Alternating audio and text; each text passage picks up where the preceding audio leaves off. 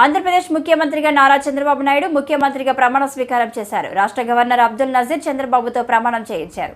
విజయవాడలోని కేసరపల్లి సమీపంలో ఏర్పాటు చేసిన కార్యక్రమంలో భారీ జన సందోహం మధ్య చంద్రబాబు సీఎంగా ప్రమాణ స్వీకారం చేశారు.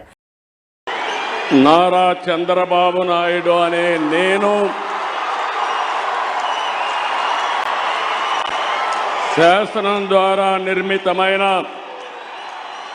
భారత రాజ్యాంగం పట్ల నిజమైన విశ్వాసం, విధేయత చూపుతానని, భారతదేశ సార్వభౌమాధికారాన్ని, సమగ్రతను కాపాడుతానని,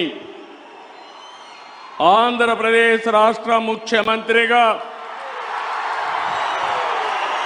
నా కర్తవ్యాలను శ్రద్ధతో, అంతఃకరణ శుద్ధితో నిర్వహిస్తానని, భయం కానీ, పక్షపాతం కానీ, రాగద్వేషాలు కానీ లేకుండా రాజ్యాంగాన్ని, శాసనాలను అనుసరించి ప్రజలందరికీ న్యాయం చేకూరుస్తానని దైవ సాక్షిగా ప్రమాణం చేస్తున్నాను.